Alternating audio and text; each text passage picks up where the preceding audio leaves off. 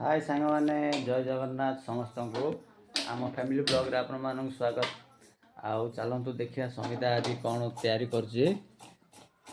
कौन कर देख सांग मैंने ये अच्छे आमर फूलकोबी आलू चिप्स हम ए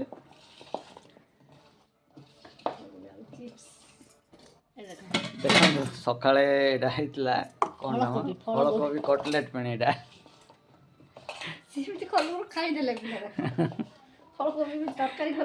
मैंने आम घर पिला जदि खुशी हेले आम तो खुशी लगुच जोटा खाइबे सीटा आम खाई दउछु। एटा देखु गाजर आलू गाजर मटर सब भाजी ना फलकोबी जा काढी सब तळे पकई दउछन खाइ दउछन फलकोबी खाऊ ना एते